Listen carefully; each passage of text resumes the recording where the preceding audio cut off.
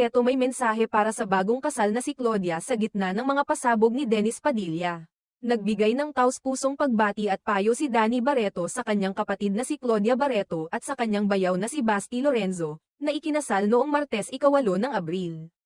Sa kanyang Instagram post noong Miyerkules 9 ng Abril, ipinahayag ni Danny ang kanyang kaligayahan para sa bagong mag-asawa at nagbigay ng mga mensahe ng suporta at pagmamahal.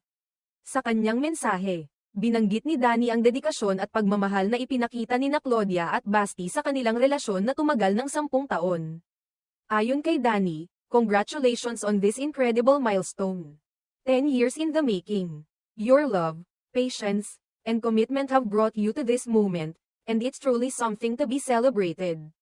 Nagbigay din si Danny ng mga payo sa bagong mag-asawa.